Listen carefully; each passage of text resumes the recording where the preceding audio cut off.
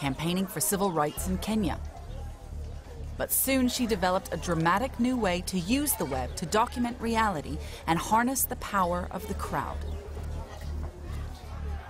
She was driven by the horrific violence in 2008 following elections in Kenya. At the time, I had gone home to vote for the election. It was my first time voting, actually. And so for me, it was a very emotional moment, and I was also covering on my blog the period leading to the campaign.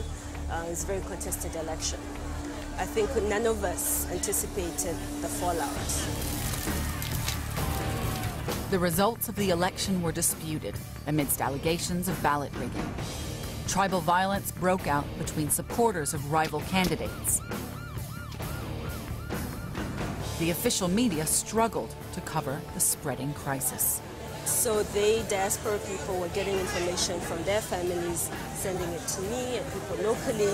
And I realized what I was seeing from the citizens was not being captured when I turned on my TV, what I was seeing. I mean, I thought clearly, if this is just me, one individual who's getting all this kind of, there must be a lot of stuff going on that we're not seeing in the news. Ori pulled together a team and created a website called Ushahidi.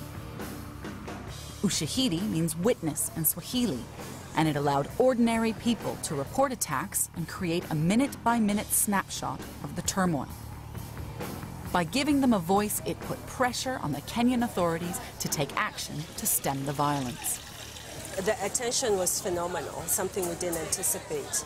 And what we quickly grew to realize was that there was a need for this kind of platform. And so we realized that we need to turn this into a tool that anybody can use. Ushahidi reminds me of the early days of the web. It seems to me that with sites like these, we're actually realizing the potential of the technology, and that the world is grappling with what that all means. The web's ability to harness the power of millions of individual voices is unprecedented in human history. This appears to be the dream of the Great Leveling made real, a paradigm shift on a par with the invention of the printing press. We talk about the web and the internet as if they're the same thing, but they're not. The web is simply the links, information, and web pages delivered to us over the infrastructure known as the internet. The roots of the internet can be traced back to early 1960s America, when military and university mainframe computers were hooked together via the telephone system. Email was born in 1965, and common standards began to allow files to be transferred between networks. But getting to information was still extremely difficult.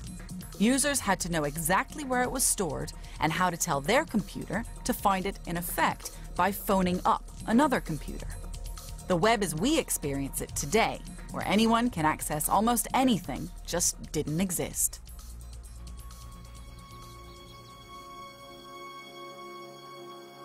In this world before websites, if you went online, you were walled into small corners of cyberspace.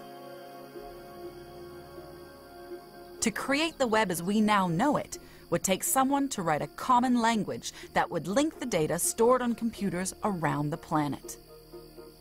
A man who would invent the World Wide Web. I invented the web just because I needed it, really, because it was so frustrating that it didn't exist. Only by creating a global information network that anyone could access would the web become a leveling technology. The story of its development begins deep underground more than half a century ago. This is CERN, the European Organization for Nuclear Research in Geneva, only yards from the French frontier. In 1954, 12 European countries began collaborating on a project to smash the atom and unravel the mystery of the tiny particles that form its nucleus. Tim Berners-Lee began working there in 1980. I was at CERN, exciting environment, people coming from different countries, people coming from different universities, working for different people, And because they didn't all work for the same company, they weren't all told to buy the same software and buy the same computer. So they came with different sorts of computer, different sorts of software, so their documentation was all in different systems. You wouldn't be able to really bring up the information from one thing at the same time as the other. You'd have to bring up information from one and write it on the back of an envelope and then go to the other system and maybe type it back in. Berners-Lee began to develop a radical new system to try and link all of the different computer systems that were being used by CERN's multinational workforce. He submitted a paper in 1989 with the deceptively mundane title, Information Management, a proposal. I wrote a memo about the idea, and I put it around. It turned out that my boss had written vague but exciting in the top corner of his copy, and that was perhaps why he let me do the project in my spare time. Berners-Lee took some already existing software tools and created something revolutionary. His vague but exciting idea would become the World Wide Web. And at CERN, on the 6th of August, 1991, the first website went online. I know that you'd love me to say that, well, I got it all wired up, and then there was a big switch, and we threw the switch and the lights dimmed for a moment, but then there was this incredible high-pitched whine, and that was the web taking off all across the world, people starting to log on and type in hypertext, and we could feel if the power, all these links spreading across the planet, and we just had to hold on tight. And then the calls came in from the BBC, the New York Times, and The Economist about what it was that was happening to the world, and the stock market sort of took this incredible uptake. And then we turned it off. No, it was started off in a very small way. Berners-Lee's system has become the universal means of connecting all computer content. His critical breakthrough was to marry an existing idea called hypertext, a way of linking between documents, to the infrastructure and protocols of the Internet. To do this, he assigned documents a unique address, or URL. These were the first web pages, created and formatted in a new universal language called HTML, that could link to other web pages on any networked computer, anywhere.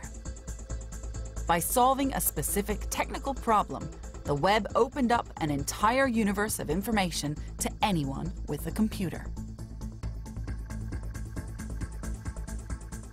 It seemed like a brave new world. It seemed like a new democracy. It seemed like a new way of people coming together.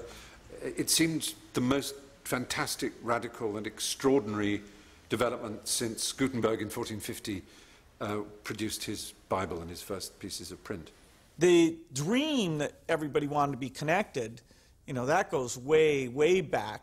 It's about letting people share information.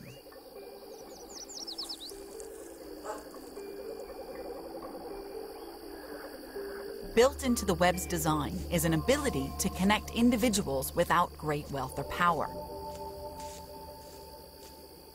Today, all around the world, being connected is empowering people, like Kujo Agbavi, a Ghanaian farmer. First, I was an illiterate in the use of the internet, but the friend introduced it to me, and then he taught me at least how to browse and then find out all these things. Kujo uses the web to learn how to grow crops more efficiently and to compete with much bigger farms. I use the internet to find the prices of the commodities and then the market where it can easily and quickly be bought. But the management and the marketing of the produce has greatly been changed. I feel more connected to the world. But the web is more than just an empowering tool.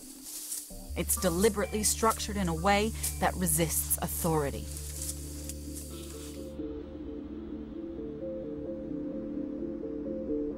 The web was designed to give all users equal access. You don't need permission to visit a website or to create one. And when you're on the web, there are no governments generating rules and regulations. There's no center and no controlling authority. It's the ultimate leveling.